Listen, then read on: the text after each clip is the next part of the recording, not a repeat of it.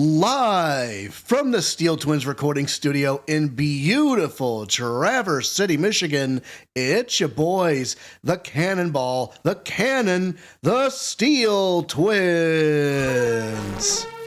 What's up, everybody? It's Monday night, and you know what that means. It's voice acting night. And if you'll take a closer look at our studio here, we have done a little bit of an upgrade to our mics. We have ourselves some pop filters. just a little touch to add to help add some professionalism. And with us, as always, is the great Misty Jin. Say hello to everybody. Salutations and greetings, everyone.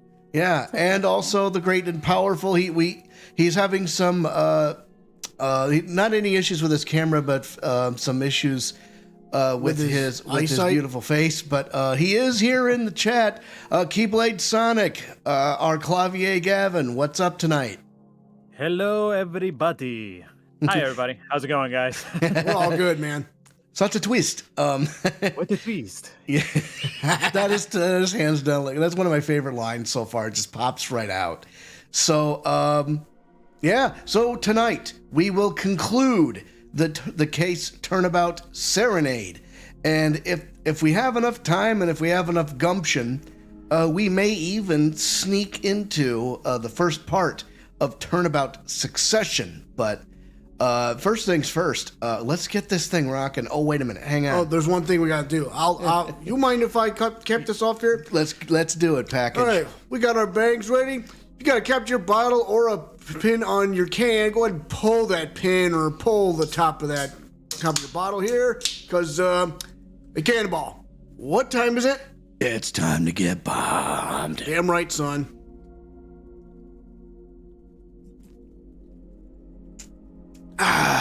Feel that heart rate jump. Yeah, buddy. I'm ready to go now. Yep. Let's go. Live scene. So, yep. And off we go. Gosh, I can't wait to do this. Oh yeah. So, yeah, I'm definitely, yeah, you know, so I still can't understand why the killer wanted to get, do away with the Interpol agent. I'm still like I have some ideas of like what's going on. I mean, it's fairly obvious Daryan Crescend is the killer, but why? What's the story? What's the motive here? Tune in and find out, boneheads. So, okay. Here we go. So here, the trial resumes day 2. It is time to conclude Turnabout Serenade. Time to earn your bread, Justice. Indeed. So yeah, we're coming back from. So we're in the antechamber in recess. July 10th, 1:40 p.m. District Court, Defendant Lobby Number 2. Apollo, I can't believe it. It really happened during the second act? And right in the middle of Lemire's performance? The reason why she was in that air vent, and that switch, and the flaming guitar. When you link it all together, that's what you end up with. I knew you had what it took. Huh? Daddy? Mr. Wright, you believed in me? Not really. Huh? Thanks for the vote of confidence, you dickhead. I just thought that'd make a cooler entrance and say, hiya. Why do I even bother hoping? Where have you been lately, Daddy? You haven't been coming to the office at all. Sorry about that, Trucy. I'm on a secret mission. Secret? You mean like you're undercover? Like Mr. LaTouse, only shorter and not as well dressed. Oh no, what if you're shot too, Daddy? Indeed. Would I do a thing like that to you? Anyway, I'm off for a while again. Huh? You're leaving? Oh, one thing before I go. What? Good luck. Right. Is that all you came to say? I think you have things pretty much under control. You'll get Machi Tobaye off the hook, no doubt. Yeah, but But you're after that detective, aren't you? Daryan Crescend. It won't be easy proving he did it, especially not under the current court system. The current court system? Yeah, he keeps talking about that. What did Prosecutor Gavin say during trial? Your case is based on one fragile assumption, namely that our diva divine is telling the truth. But what about all the proof? The brooch and the switch. A piece of jewelry and a lyrical blunder. There are plenty of other ways to explain these things. The flaming guitar, too. All because you lack definitive proof of their connection to the case. But If the sultry songstress is lying, your case melts like butter in a frying pan, leaving behind the faintly singed scent of failure. So what do I do? Like I said, good luck. And be aware that it will be impossible to prove his guilt by conventional methods. Ugh. Oh, that reminds me. I have something to give you from our detective friend. Detective Sky. Emma? Let's see, this bag of snacks here was meant for me. Ah, here it is. Whoa! Oh, look at that! What in the world? What is that? I mean, it looks like that's like, something shattered. what are those, Daddy? They don't look like very good snacking material. They were found at the scene. Analysis of the fragments revealed traces of gunpowder. Gunpowder? Probably a firecracker or something similar, like the ones kids are into these days.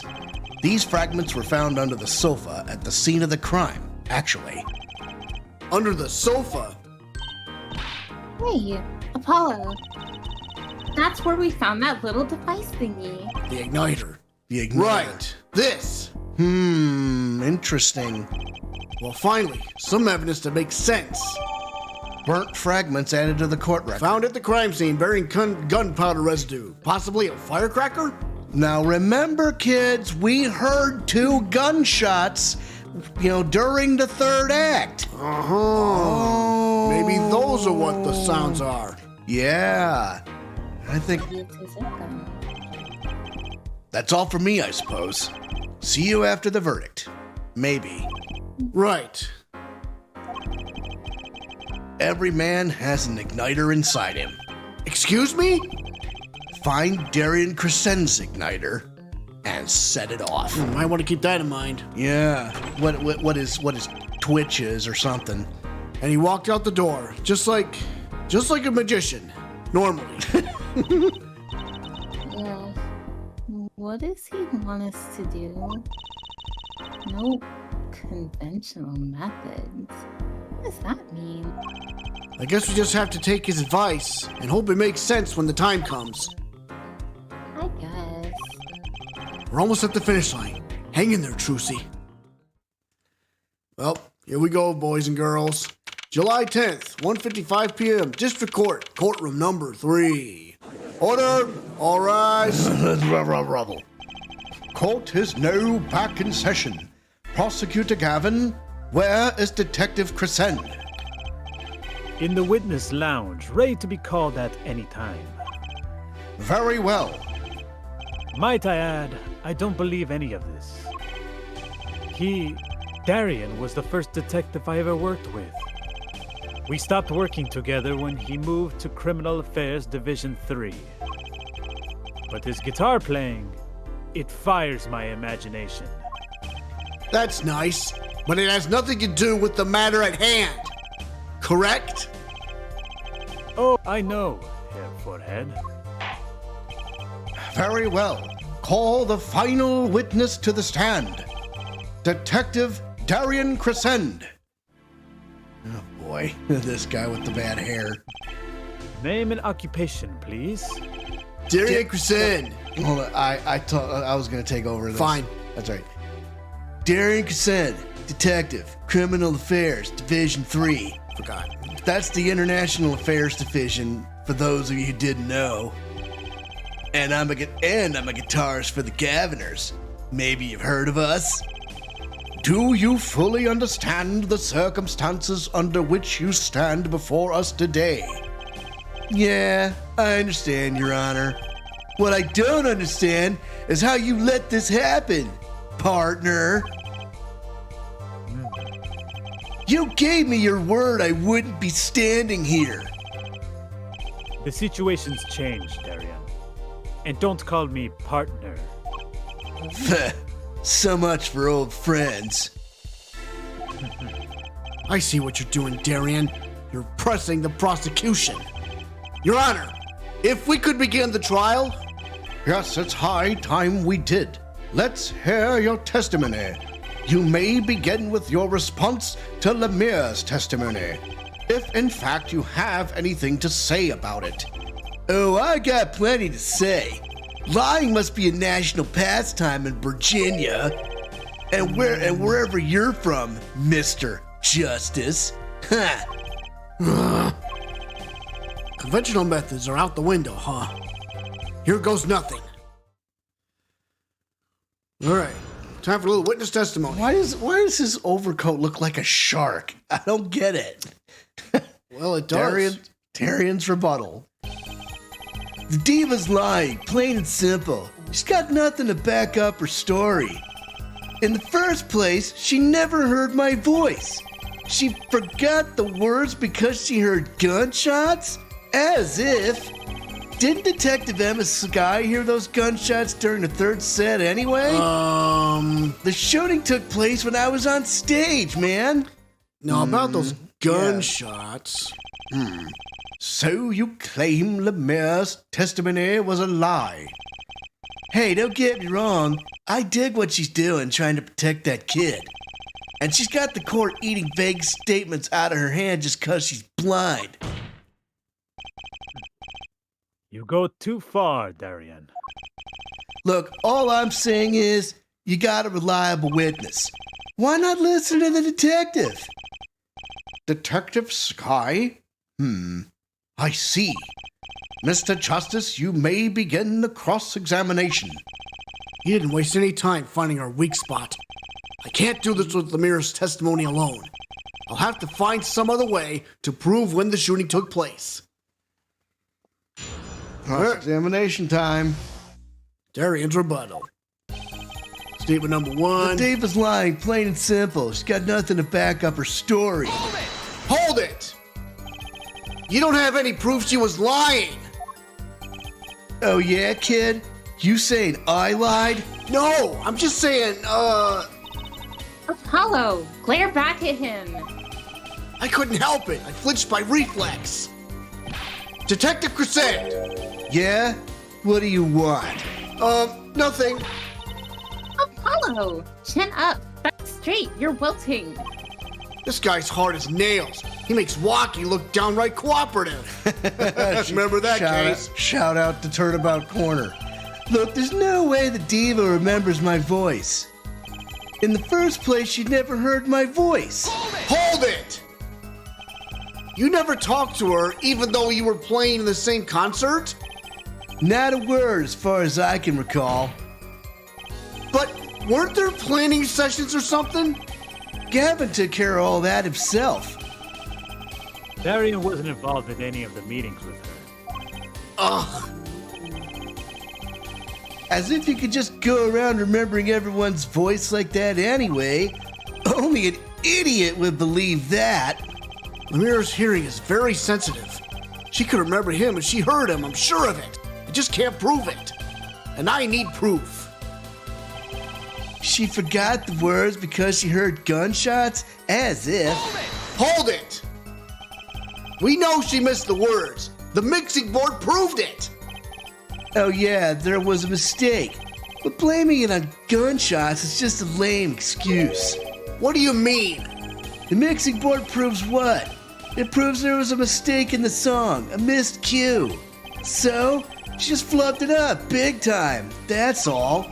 She spins this story about a gunshot to protect the kid and cover for her own goof. Man, I'd have to hand it to her if she wasn't sticking it to me at the same time. Daryan, watch what you say. Lemire is an artist. She just flubbed it up.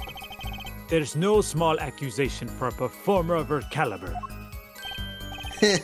She's got to you, all right. I can see it in your eyes. I tell you, most of her stuff is so pretentious, it's way over my head. I'm detecting a rift in the Gavenier's ranks. Anyway, she's too close to the defendant. Her testimony can't be trusted. You ask me, I'd go with Detective Sky's story at the drop of a pick. Didn't Detective Emma Sky hear those gunshots during the third set? Wait a minute. What gunshots? Present something. What gunshots? You know what? Let's just get straight to the meat of the potatoes here. Objection! Some things were found at the crime scene after yesterday's trial. What things? The first was this small device. That's the remote-triggered igniter. Correct. And one more thing. What are those? The remains of something burnt? Not another guitar, I hope. Traces of gunpowder were found on those fragments. We have a report that it was something like a firecracker. Eh? How did Gavin know about this? Yeah, how indeed. Because I'm Gavin. What? You think Detective Sky works for you? I received the report this morning before coming here. See, she works for the prosecution. She works for the police department. Uh-huh. That's when I made my decision, actually. What decision is this, Prosecutor Gavin? I registered Daryan as a witness in today's trial. Just in case. This raises another possibility. Indeed. It's starting to get spicy. Those gunshot-like sounds during the third set could have been two firecrackers rigged to go off by remote control.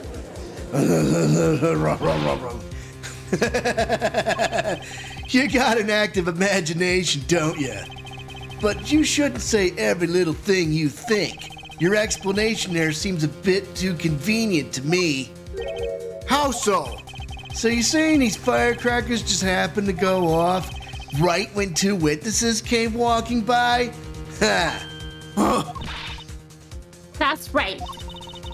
Daryan was out on stage when it happened, Apollo. How would he know someone was backstage right then? The headset was on the floor, remember? When a firecracker goes off in the forest and there's no one to hear, you get my drift. Why go through the trouble, man? Hey, Josh, thanks for joining the chat, anyways. And No, sir, you did not miss the panties. Josh Dickerson has entered the chat. That's right, folks. Yep, he's dealing with some personal issues right now, though. So, yeah. And mum's the word, but feel better soon, brother. Yeah, Stay man. to the side of the van. How do I explain this? Hang on, you're not out. He may not look at it, but Daryan is a gifted detective. Show any weakness, and he's sure to find it. He may not look it, partner. Gee, thanks, man. That reminds me. I happened to pass through that very hallway several times that day myself. And I saw something odd there just before the third set. Hey, anytime, Josh. Something odd? A headset. The kind all the band and staff members were wearing.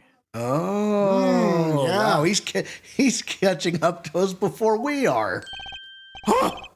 That's right. We picked this up in front of the door to that dressing room. What if that headset wasn't dropped, but placed? And what if it was turned on?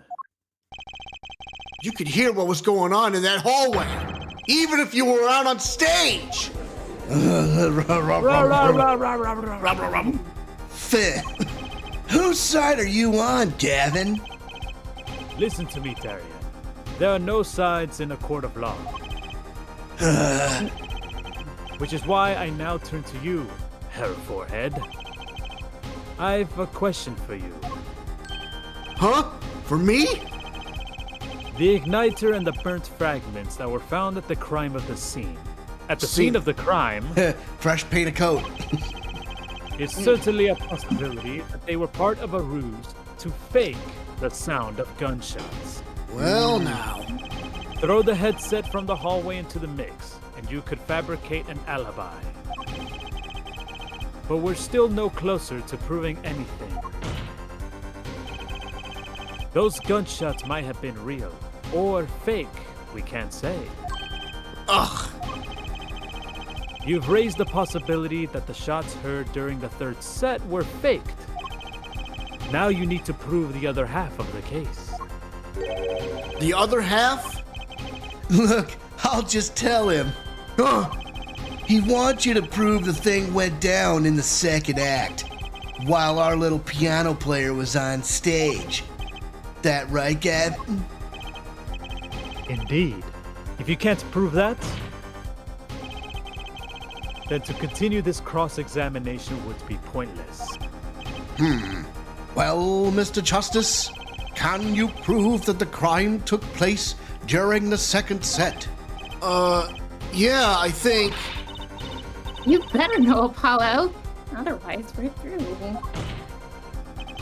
It can be proven! You make it sound like someone else is going to come along and do it for you. Let's continue with the cross-examination then, shall we? Witness, your testimony if you would. This isn't gonna be easy. I need some decisive proof and fast. You ready, kid? 'Cause I am. Shooting took place during the second set?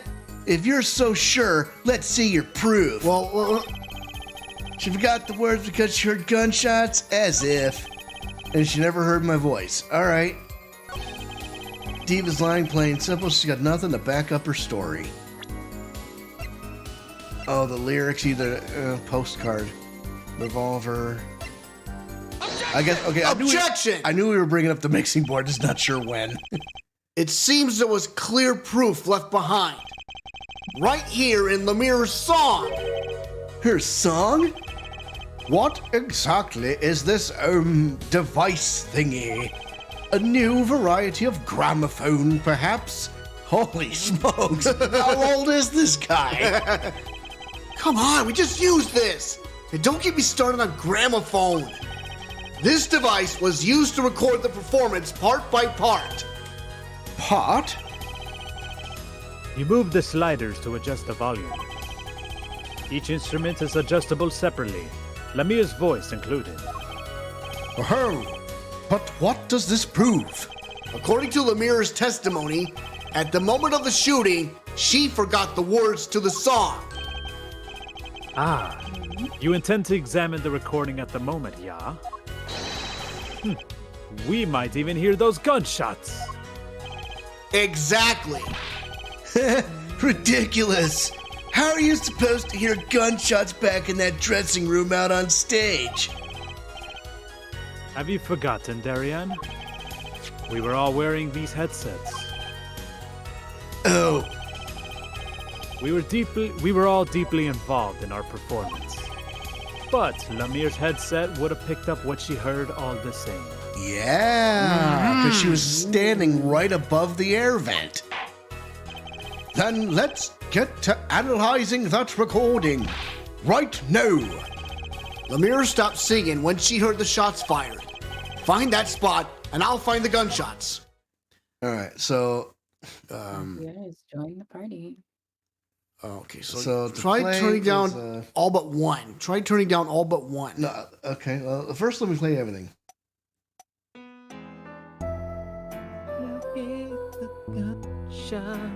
Locate the gunshot.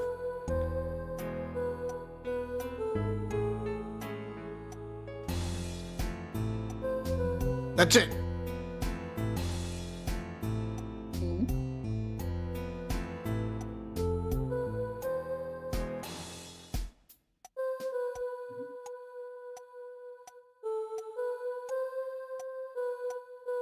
Go back again.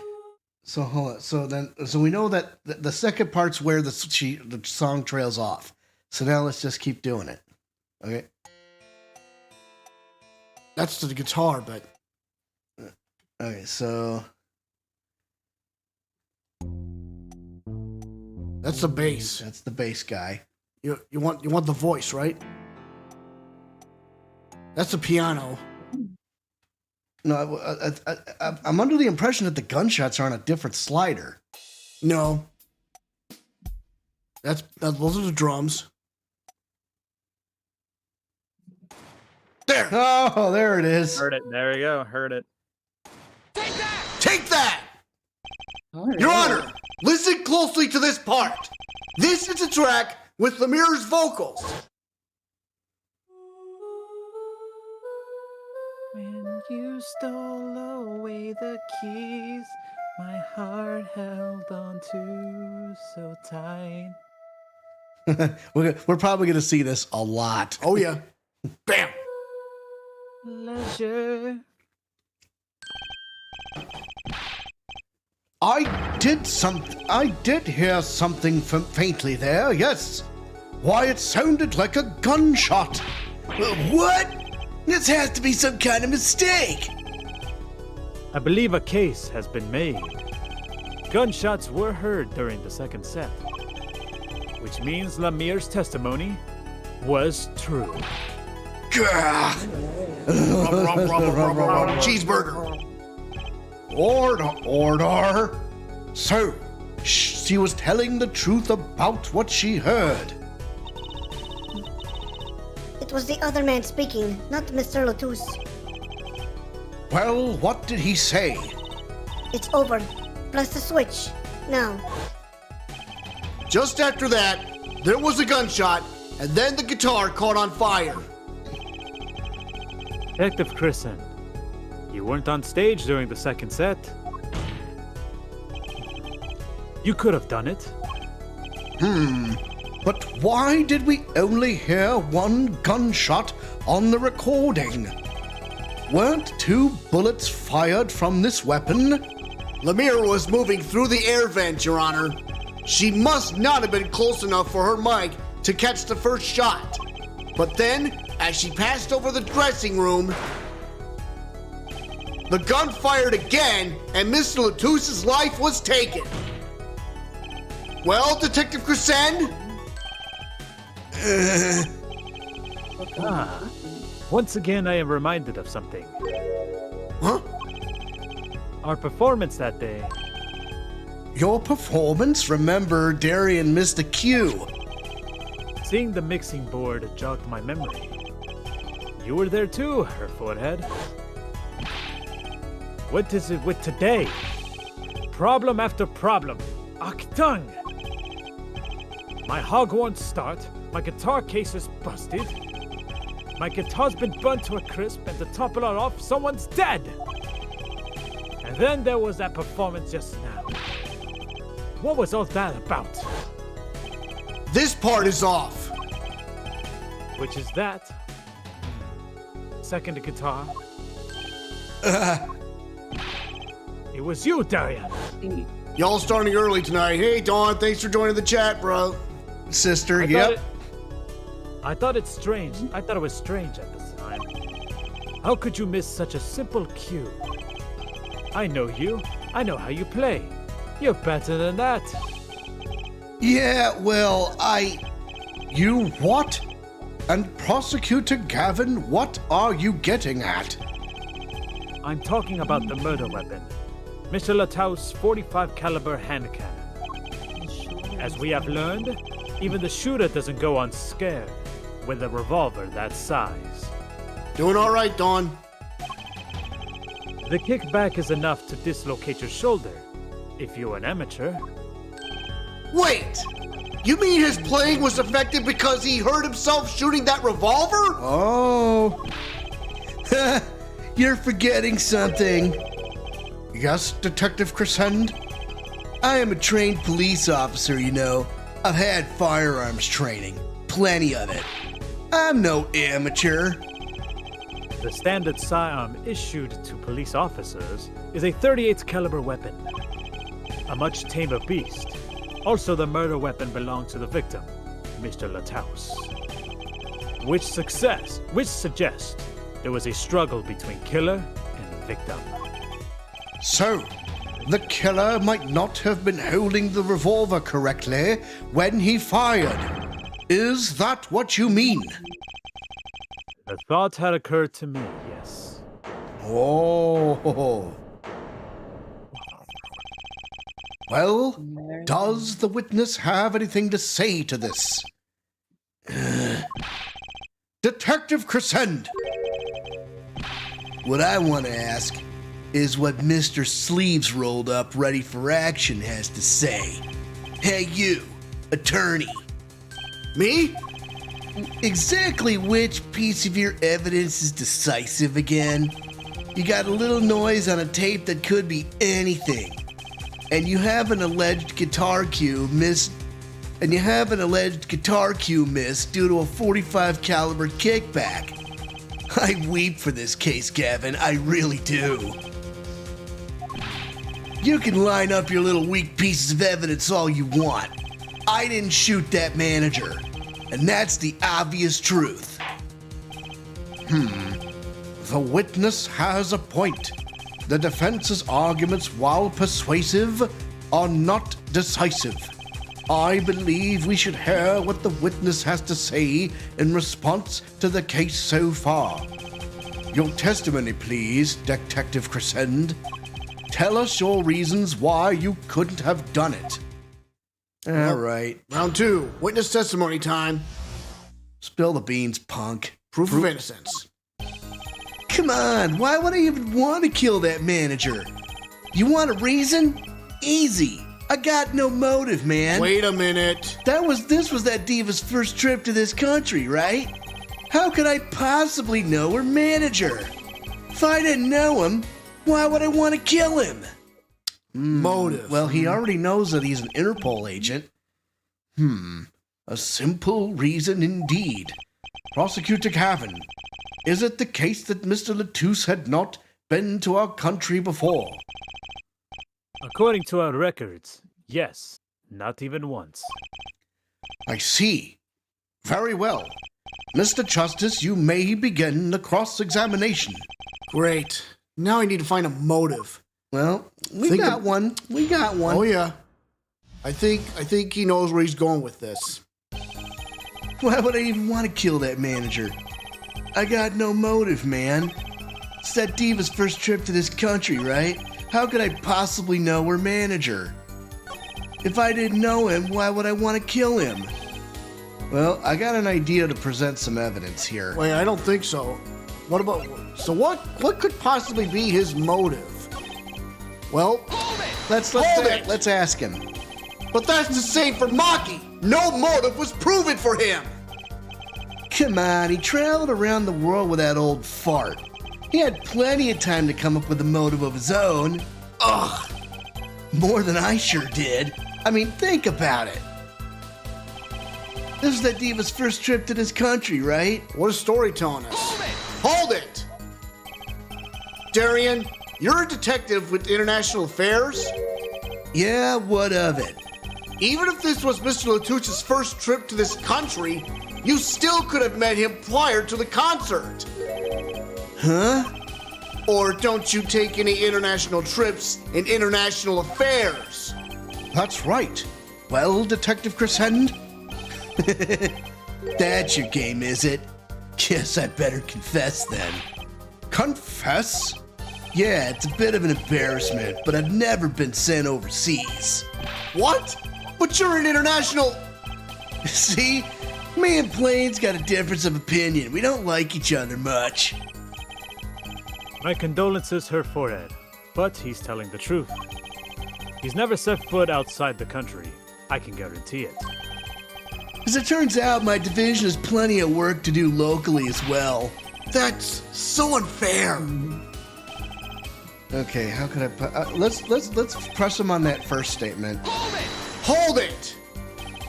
Her manager, sure, but Mr. LaTouse was... Oh, right. Sorry. An Interpol agent, wasn't he? I just have trouble picturing that big lunk as an undercover cop, you dig? And not a very good one, seeing as how he got wasted. That's cold, dog. Not that it matters either way. See, I had no reason to kill the man, whatever he was. What's the story telling us? I'm thinking they're gonna probably pop out the cocoon at some point. Yeah, I think so too, but I mean, you know, that has something to do with it, right? yeah? I got no motive. Right, okay.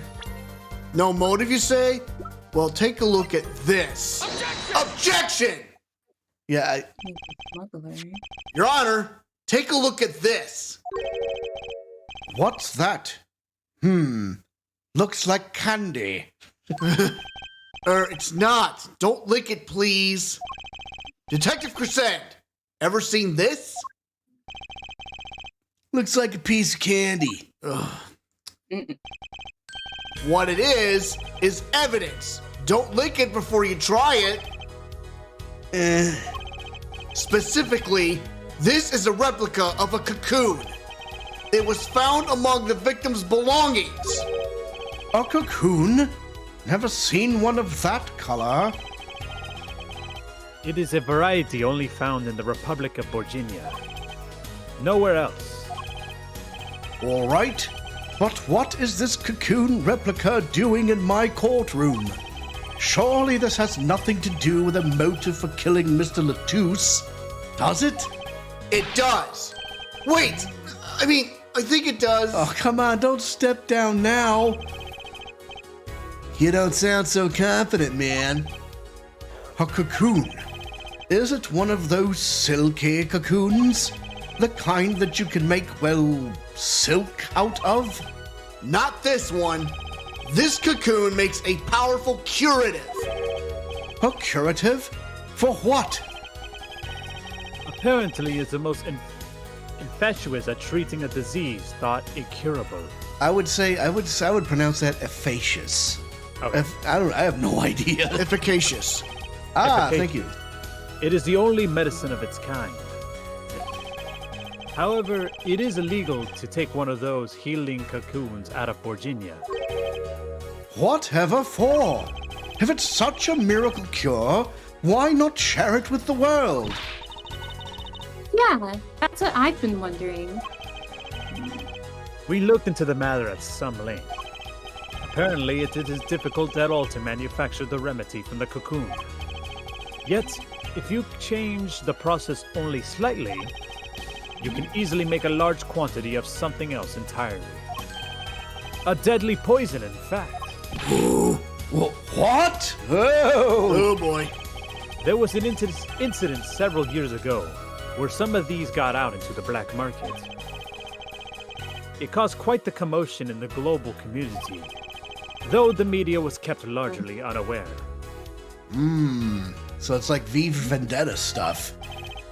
Intriguing. All this had led to a strict ban on the cocoon's export. One rigidly enforced by Interpol among others. Interpol? Right. The victim, Romein LaTouse, was an Interpol agent.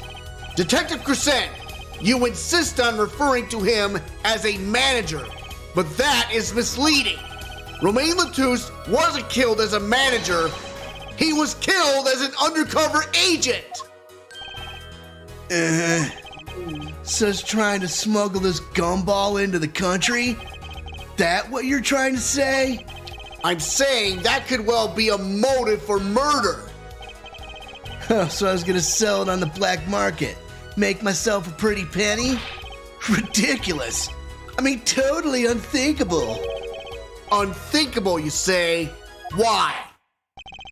Perhaps it's time for another testimony about this smuggling of cocoons business. Witness testimony.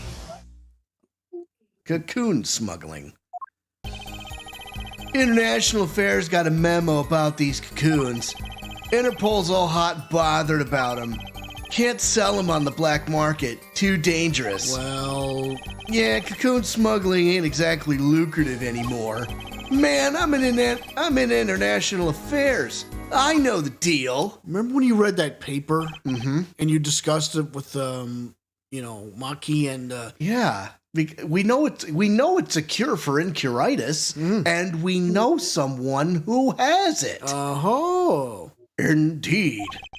Interpol wanted these cocoons bad enough to send Mr. LaTouse undercover.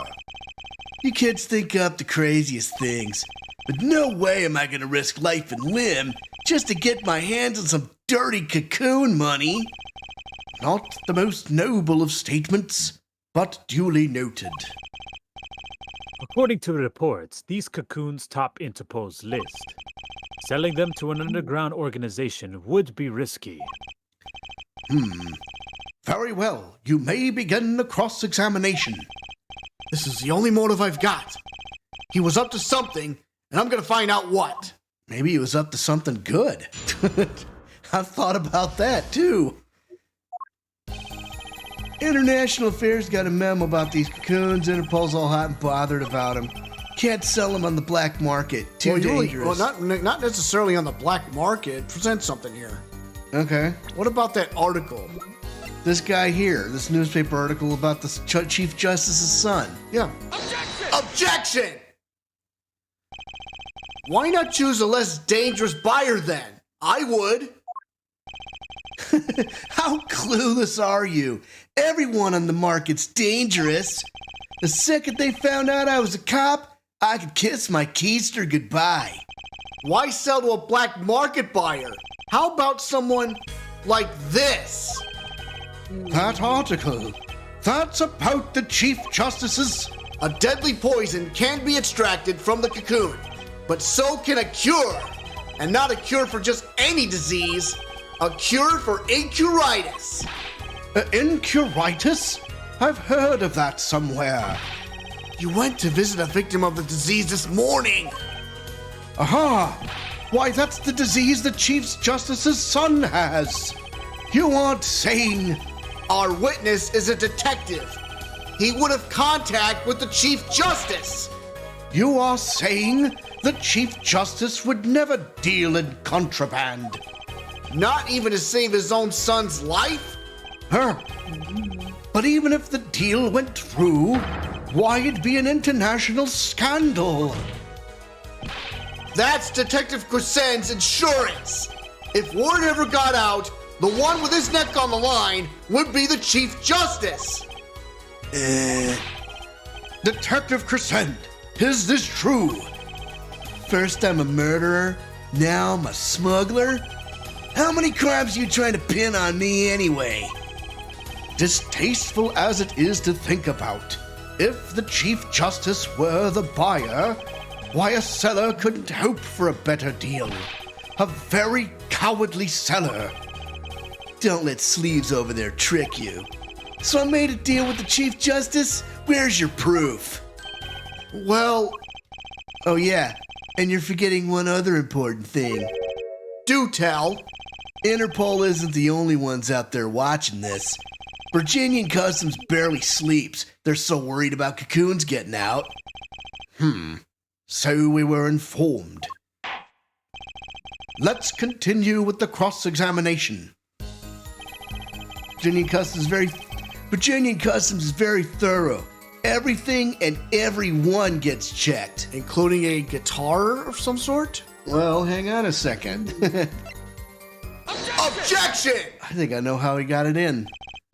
Actually, there is one way. Oh. What? One way to get something out of the country, no checks. What is it? You become a prosecutor. A prosecutor? I don't believe it. Believe it, Prosecutor Gavin. What was it that you told me yesterday at your office? It was a beautiful instrument. It was Yeah. played lovingly for many years. But A guitar befitting a woman like Lemire. How did it end up here? I mentioned how much I enjoyed playing it that night, and she made a present of it. So this guitar is from Borginia? That it is. We couldn't carry it on the plane. Changes in air pressure and humidity ruined the wood. So we packed it in Lemire's studio. I used a special shipping service available to me for transporting evidence. They brought it right up to my office for me. Pristine and untouched. Wow. Whoa. Did I get that right, Prosecutor Gavin? Untouched? Quite. The guitar was wrapped in several sheets and vacuum packed in Borginia. The pack was untouched until the day of the concert. Are you saying that guitar was... With cocoons this small, it would have been very easy to use your guitar as a mule to smuggle a cocoon out of Borginia. What? Which reminds me, Prosecutor Gavin, that guitar had some work done on it recently, right? Work? Good memory, her forehead. Oh, yeah. Well, you know how guitars have a round hole in the front? It is called the sound hole. Well, they found something attached to the wood just inside the hole. A broken device of some sort. A broken device? Yes, this in fact. Oh, an igniter. Exactly. Consider this, if you will. What if that igniter wasn't the only thing that was attached inside your guitar? You mean? He means this, of course.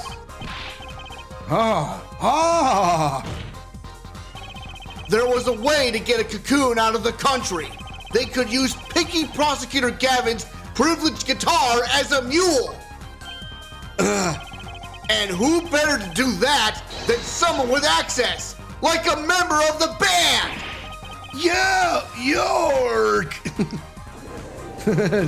Oh boy. Order.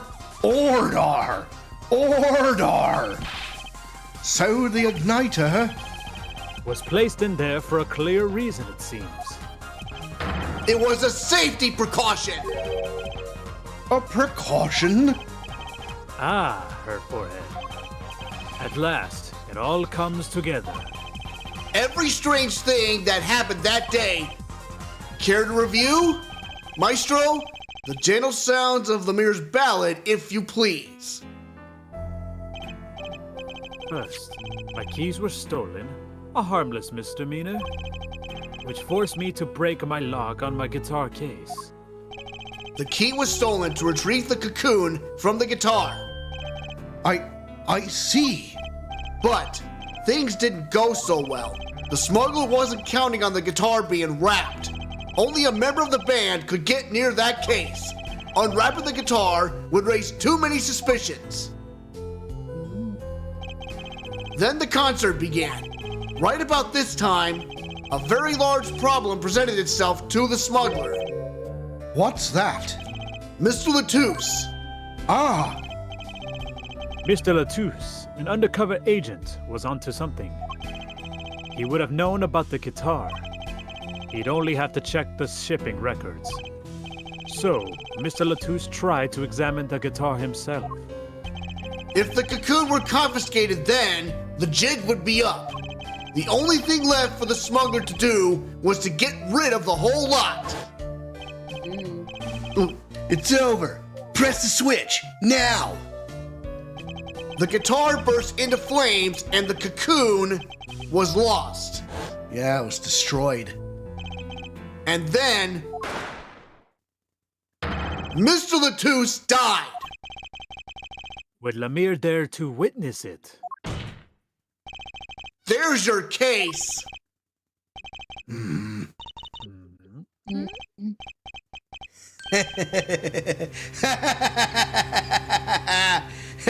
Brilliant, man. Detective Crescend? I gotta know, you make all that up on the fly? For a made-up story, it makes a great deal of sense, Daryan. The Republic of Borginia? Sorry, man, but I haven't even been there. True, you haven't. Heh. Let's see you make up a story for that, kid. How'd I hide the cocoon in the first place, huh? It's not so hard to imagine. You had help. A Borginian accomplice. Uh-oh. That's all. Huh? That you had an accomplice was clear from the start. The voice Lemire heard proves it. It's over. Press the switch, now. You made this transmission from backstage. Why, your core conspirator was on stage. Oh, remember the switch was found in the piano. But who was it? This is it, the coup de grace. And for once, I know what I'm doing. There's only one person who could have helped him. Let's hear what Mr. Justice has to say then. But be warned, with a great accusation comes great responsibility. Make up your answer on the fly, as it were, and you'll be harshly penalized. 2 hits for the defense. Are you ready, Mr. Justice? Who was the smuggler's accomplice? All together, buddy. Sorry, buddy. It had to be you. Take that! There is only one person who meets all the requirements of being an accomplice, and that person is the defendant, Machi Tobaye! But Mr. Justice, he's your client.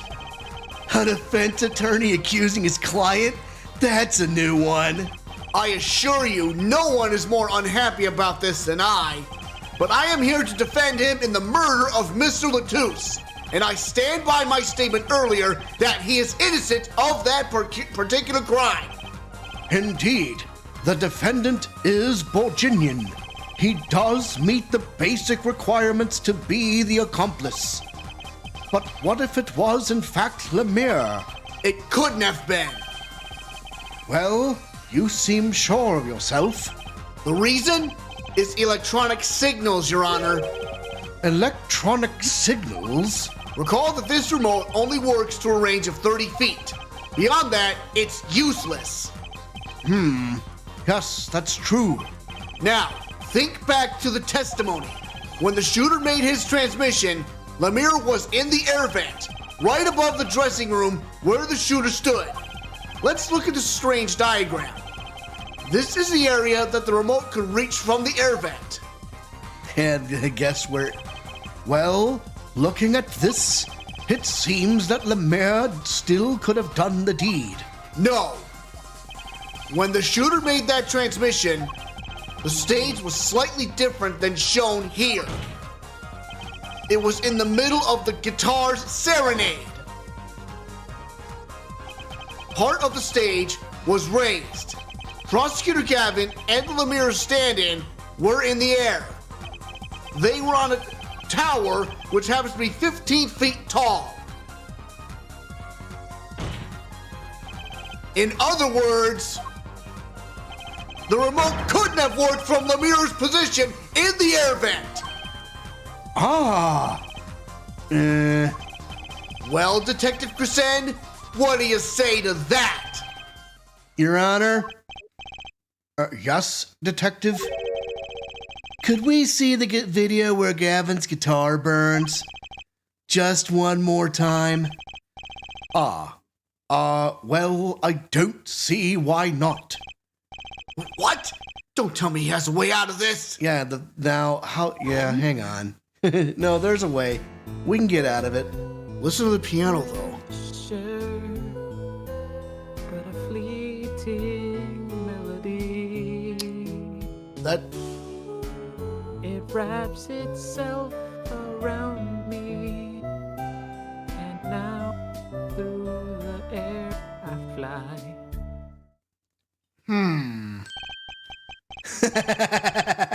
Too bad, so sad, punk. Punk? technical First difficulty. you were sleeves, then kid, now punk. You're losing rank fast, Apollo.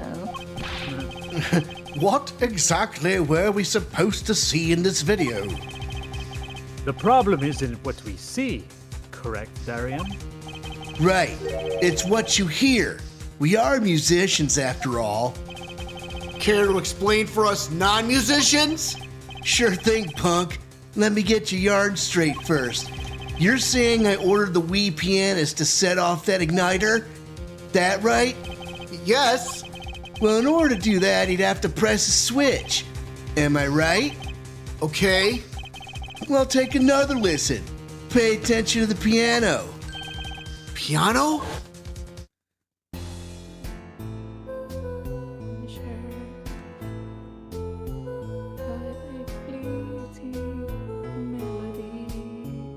That's when one hand was used.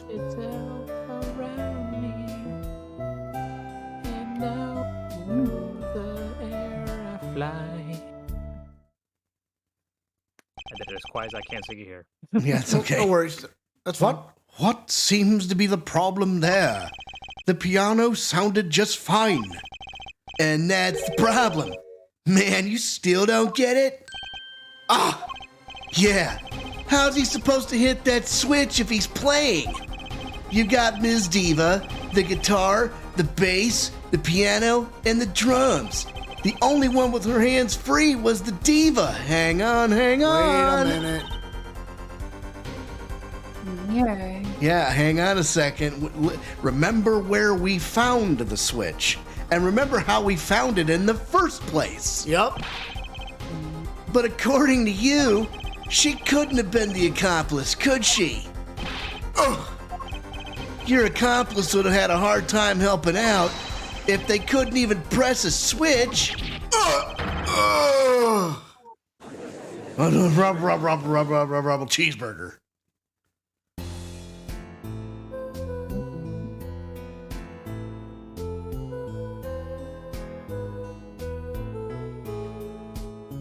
Yeah,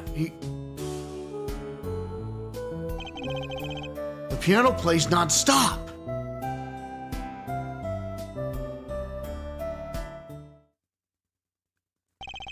He couldn't have pressed that switch. Yes, he could have. Well, Mr. Justice, the piano does seem to be playing when the guitar catches fire. Well, It's okay. We all make mistakes sometimes. Apollo? Were you wrong? I can't be wrong. Everything makes perfect sense. How could it all just... Strange. Oh, strange. Strange indeed. What's strange? No, it's just something's odd about the performance there. Odd? Remember, Mr. Justice, if Machi Tobaye didn't press that switch, then he could not be the accomplice you claim he is. but everything points to it. Every fact says he's the accomplice. You got the facts wrong, man. Huh? Here's some facts for you. Gavin's guitar's on fire, but the pianist didn't press that switch. In other words, your story is full of holes. Mr. Justice, let's hear your final opinion on this matter now. Was the defendant, Machi Tobaye, the accomplice? Your answer will reflect on everything you've said here. Give it some thought. Apollo, Machi's not the accomplice. And our whole case is ruined. I know that. It has to be him. He was the only one who could have helped the smuggler. He had to have pressed that switch. Well, better find a way to prove it. Ah! What do I do? What do I do? There has to be something that doesn't fit. Something odd. Something odd. Wait a second. What? You thought of something? What was Gavin saying just now? Strange. What's strange? No, it's just something's odd about the performance there. It's not much to go on, but it's all I've got. What exactly did he hear that was odd? Have you come up with something, Mr. Justice? May I remind you that everything rests on this. Can you prove Machi Tobaye pressed that switch? Let's hear your final answer. Can you prove that Machi Tobaye pressed that switch? I can prove it. I don't know if you call this proof per se, but I can prove it was possible. Then, as prosecutor, it falls to me to ask you to show the evidence supporting this. Her forehead. You sure about this? Accept it. There's no evidence, man. Let's see your evidence, Mr. Justice. On what do you base your claim that the defendant pressed that switch? Get the mixer out. Yep, that's Take what that. I figured. Yep. The basis for my claim is music, Your Honor. Music? What about music? Let's listen to the piano part around the time when the switch was to be pressed, right before the guitar burst into flame. All right, listen carefully.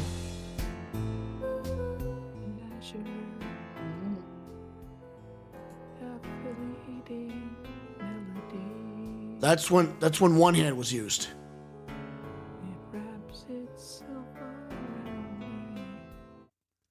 Oh. I hear a piano being played. But doesn't it sound kind of simple? Simple?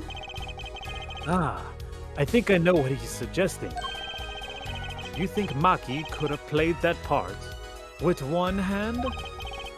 One hand? He only needed one hand to press that switch. He could play the piano with the other. What? So you're some kind of piano savant? Actually, no. And what do you know? You can't play a part like that with one hand. Ugh. Maybe. I don't know what I'm talking about here. Yes, you do. Don't give up now. Wait, I know. Hey, Trucy. Yeah, you got something? Mr. Wright, your father, he's a pianist. Could he? Oh, Daddy. You couldn't play a part like that, even if you had 3 hands. So sorry. So sad for you. No, not really. Huh? That was just the easy way to prove it. There's always the hard way. Man, how are you gonna prove whether he played it with one hand or 2? You can't. I admit, it will be rather difficult to prove, but it's highly likely he was playing with one hand. How do you know that? The clue is what Prosecutor Gavin described as sounding odd. What sounded odd? I'll bet we can tell by listening to a certain part of the song. No way. Well, it seems we've come to the moment of truth at last. Let's hear what Mr. Justice has to say for himself. Show us the part that proves the defendant was playing with one hand right before the guitar burst into flame. Machi was definitely playing one-handed just before the guitar caught fire. And one section of the song proves it. Okay, perk those ears up. Says number 4. Yeah.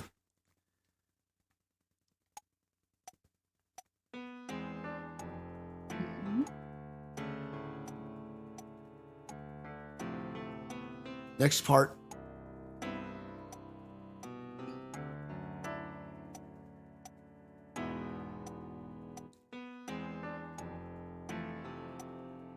When I hold it.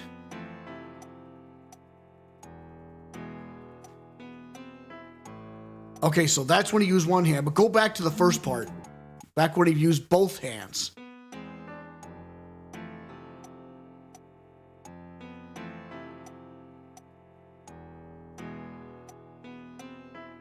That's it. Take that! Prosecutor Gavin, I'm sure you've realized by now just what it was that sounded odd to you. I'm sure you've realized it yourself, her forehead. Realized what? I'll demonstrate. Let's listen to the part in question again, shall we? Pay particular attention to the "but a fleeting melody" phrase.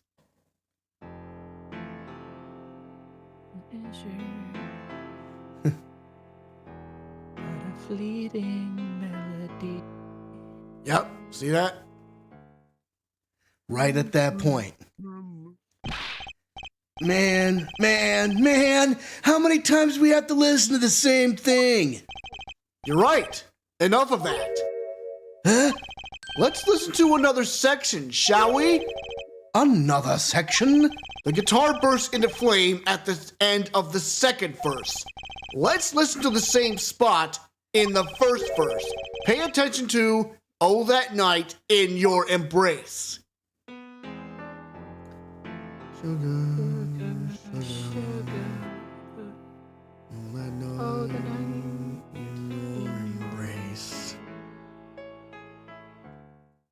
Aha, see that?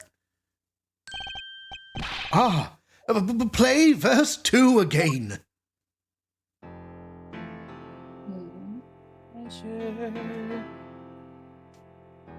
But a fleeting melody. Aha. There! Did you hear that?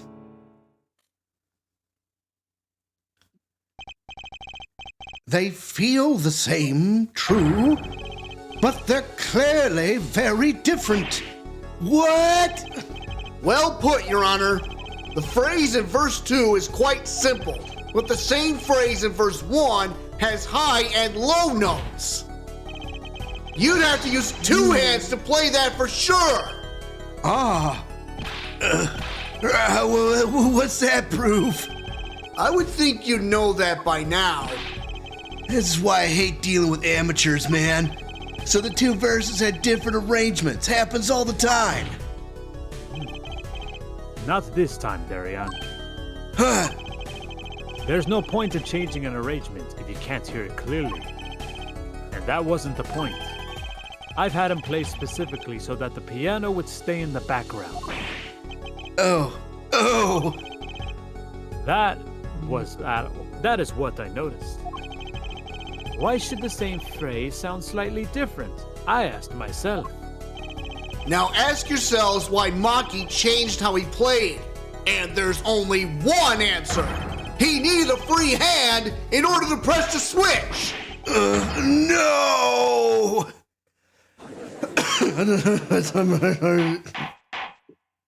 Order! I believe this ties all the facts together. Well, Prosecutor Gavin? Yes, quite. Though, personally, this comes as a terrible disappointment. What? No comeback? I can't believe it. I finally did it. I shut him up. Hang on a second, kids. Very well. Barring an objection from the prosecution, I will now state the court's opinion on this matter.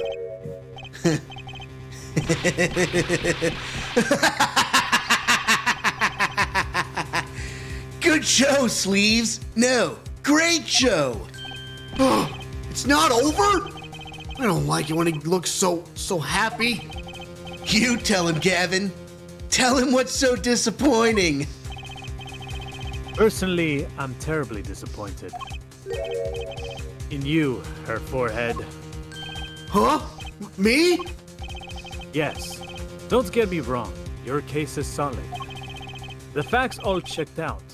But even now, you have yet to show us a single piece of decisive evidence. Yeah, but the facts! Anyone can see it was him! Unfortunately, anyone does not include the law. I'm afraid your case doesn't cut it.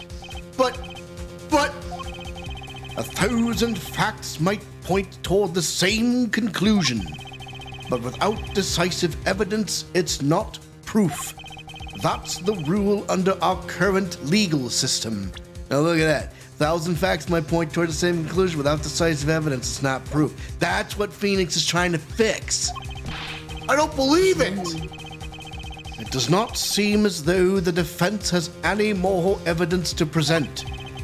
I think if he did, we already would have seen it a long ways back. It is unfortunate, but at present, this court is unable to acknowledge your accusation. What?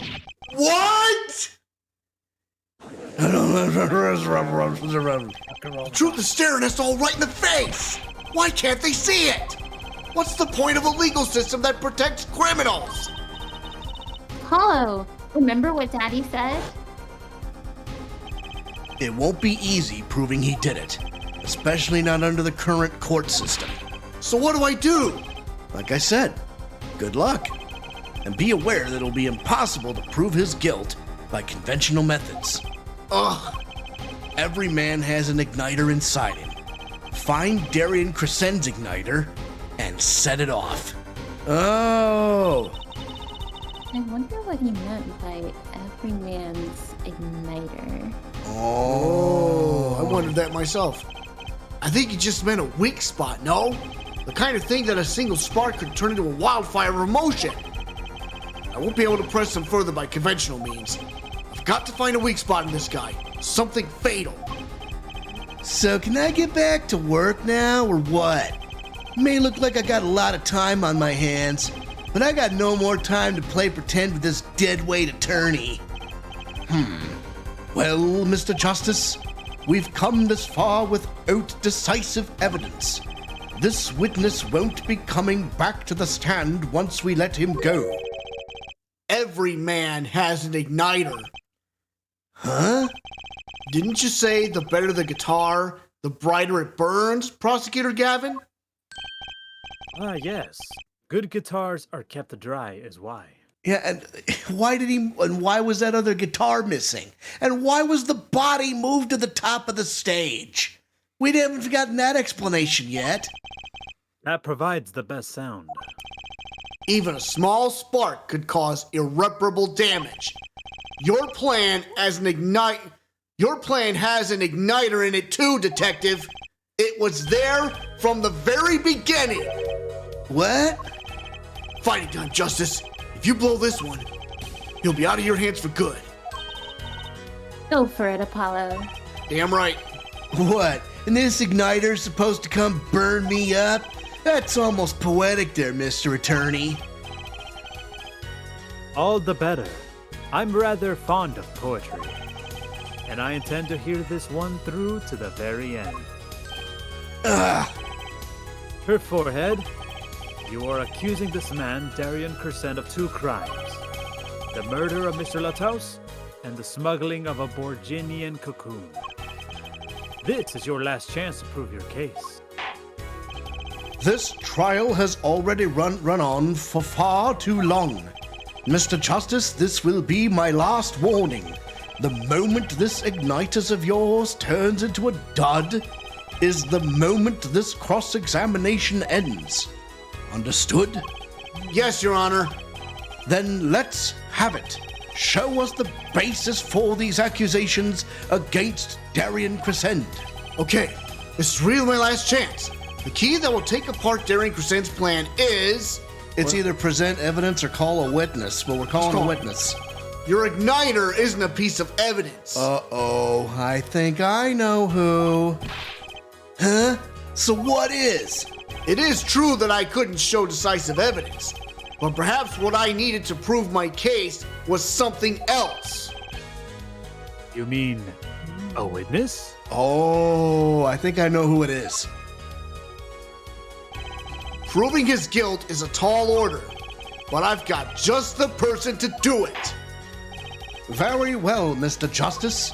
Who is this person who can prove Daryan Crescend's guilt? It's gotta be the defendant, the accomplice. Yes, of course. Get him to roll over. Take that! The one person who can prove Daryan Crescend's guilt is the defendant, Machi Tobaye. Your client? Again? Machi Tobaye was an accomplice to the cocoon smuggling plot. Without him, Daryan Crescend could not have gotten the cocoon. Furthermore, he could easily prove that the one who plotted to smuggle that cocoon is the real criminal in this case. How so? It will require just one of the very cocoons Mr. LaTouse was looking for. With the cooperation of the Republic of Borginia, we could burn a cocoon. The burnt cocoon would leave a particular residue. A residue we would no doubt also find inside the burnt out guitar. Aha! Very scientific of you. Thus, if Machi Tobaye acknowledges his agreement with Daryan Crescend concerning the attempted smuggling of a Borginian cocoon, the case is solved.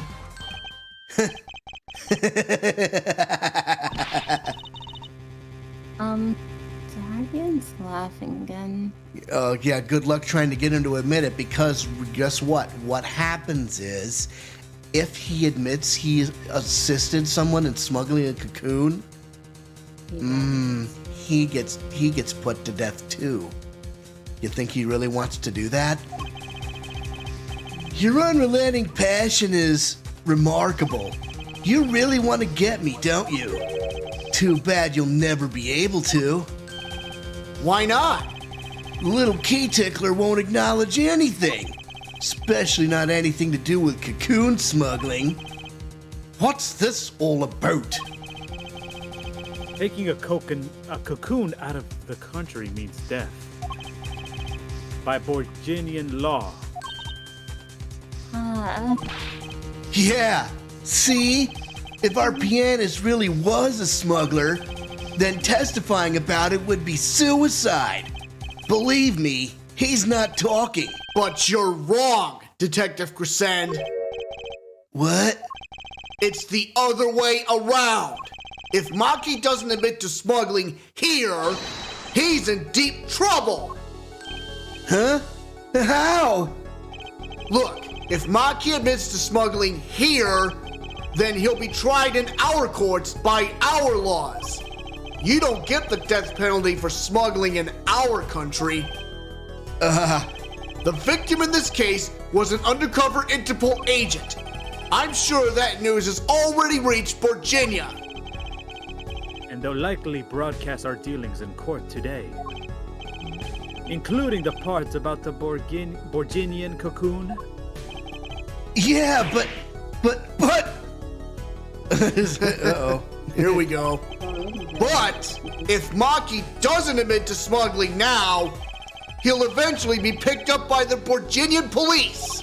And it's not like he's in any danger in our court. We're not gonna find him guilty of murder here, not now. Yeah, but you can't do this. You can't accuse me. Maybe the law doesn't allow it, but who's going to think you're really innocent after hearing this trial? The same goes for Machi Tobaye. The cocoon smuggling, your entire plan, Machi Tobaye knows everything. There's only one way out of it for him, and that's to acknowledge his own crime, the crime of cocoon smuggling. How about a bout of your own?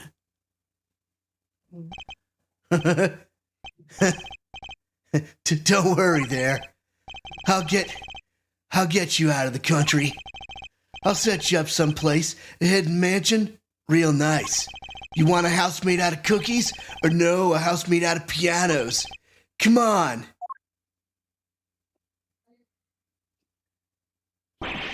Please! Don't tell! Don't tell! Don't talk!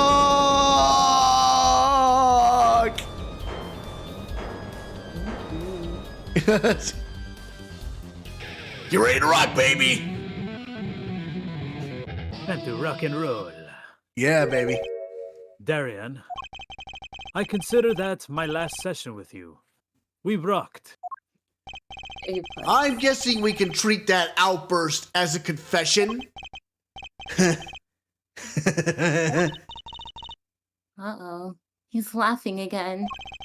There's a kind of sick desperation in it now, though.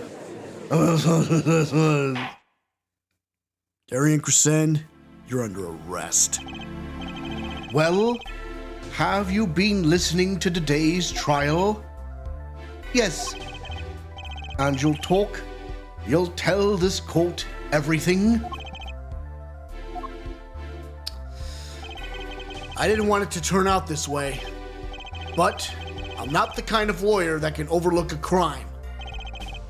Today's trial was all for your benefit, you know. I see no reason why you should hesitate now. I knew. From beginning, I knew. Machi, Situation I cannot explain, but money I needed. Very much money. Today's trial raises a delicate issue with our legal system. The only thing definite in a court of law is evidence. This is the golden rule. However, It has become apparent that not all things can be tried by this standard. should another case of this sort surface, we may have to consider an alternate system by which to administer justice. Anyway, Mr. Machi Tobaye? Yes? I promise you will receive a fair trial by the laws of our country. And with regards to the current charges for the murder of Mr. LaTouse, this court is prepared to announce a verdict. He's got the sunglasses are off. I thank you. I only lie, but you see truth. You find truth. That's our job. Very well. This court finds the defendant, Machi Tobaye. 3, 2, 1, hit it, guys! Not guilty! Yay! Machi! Yeah, baby. Court is adjourned. It's all over. You can cry now. July 10th, 4:42 p.m. District Court, Defendant Lobby number 2. I wonder what'll happen to Machi. Well, he did smuggle a cocoon out of Borginia. I guess there'll be another trial here. All's well that ends well. Daddy! I would go both my things. Lemire? My, is something wrong? I'm sorry. Machi was your partner on stage. Your friend. Yes, I thought of him as my own son. Even now, I do. Yet, something got a hold of him. Something evil. I see that. And he must pay for what he has done. Is that not how it should be? I'm still sorry. Do not be sorry. You have given me courage. Courage? I am considering an eye operation. It was my suggestion, actually. You mean you'll be able to see again? It's funny. I have always been afraid of the light. Light seems so harsh, so unforgiving. According to the doctor, Lemire lost her sight due to some kind of accident. An accident? As you know, I suffer from amnesia. I fear that if I could see, perhaps it would open my eyes to the truth I have been running from. I was scared. You know what changed her mind? Hearing your defense in there today. She could feel your gaze, unwavering, always looking straight at the truth. If the light returns to my eyes, I think I would take up painting. Painting? That's right. She's a landscape painter and sound after all. I will paint the two of you. I promise. Woohoo! I can't wait, Lemire. I owe you my thanks too, Apollo. Thanks, Mr. Wright, but for what? You reminded me I need to hurry things along. On my secret mission, that is. Right, your secret mission. Apollo, Lucy, I hope they will meet again someday soon. You bet. Me too. And so, like a ballad, the trial flowed on and on, until it came to the end. Thanks to the trial, the guitar serenade was a huge hit. Prosecutor Gavin's even more dazzling to look at now. But there's something I want to say to that guy. Next time you write a ballad, Have them catch the killer at the end. absolutely. Finn. That's the end of this case. Okay. And we are about 1 hour, 26 minutes into the stream. You are the captain of this ship, so Cannonball. So I'm the captain, huh? Yeah. Or, right. but first, let's get everybody else's opinion. Y'all want to keep going? It's only been an hour. Yeah, hour and a half, but even so. Wow, this went by fast. Yeah, and you have your stream in about half an hour, right? Right, Yes, Carlos? Yes, I do. Okay. Well, I don't know if we're gonna run into Prosecutor Gavin in this next episode anyway, so you know what? No. Let's keep the suspense up, but I want to try to do a stream later on in the week. I think if we do these mini streams, like an hour and a half, but more days, we'll have the same cadence. What are you guys' availability for Wednesday? I know I'm asking you guys on the spot, live and in living color. Well, unfortunately, that's when I'm streaming. That's right. So you will find Misty Jin streaming on Wednesdays on Twitch. So there's your shout out. So we'll put our heads together and figure something out on the back end. But absolutely, I'm thinking perhaps Friday night. We'll think about that. We'll float it up there. But yeah, I definitely want to get the whole band here for Turnabout Succession, or at least I really just want to get into it, fresh and in mind. So with that, everyone. First of all, did you save? I did save, because you never know. So, folks, until next time, we're thinking this Friday, this coming Monday, if that doesn't work, we will be here to start the final case in Apollo Justice Ace Attorney Turnabout Succession. And this is going to tie all the loose ends together. So, for Misty Jin, for Keyblade Sonic, I'm the Cannonball Alex Steele. I am the Package Andrew Steele. We are the Steele Brothers, and we are for real. Top guys out. Ciao. Adios, muchacho.